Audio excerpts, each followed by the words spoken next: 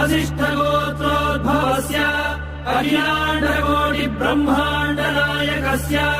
श्रीसच्चिदानन्दस्वरूपस्य सूर्यवंशपावनस्य श्रीमदिक्ष्वाकुकुलवंशोद्भवस्य श्रीरघुमहाराजवर्मणः प्रपौत्राय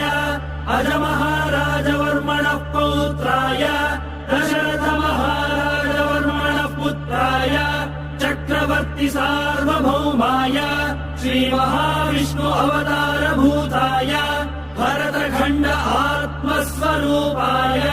श्रीपट्टाभिरामचन्द्रस्वामिने श्रीरामचन्द्रम् सीता लक्ष्मण भरत शत्रुघ्न सहित सदा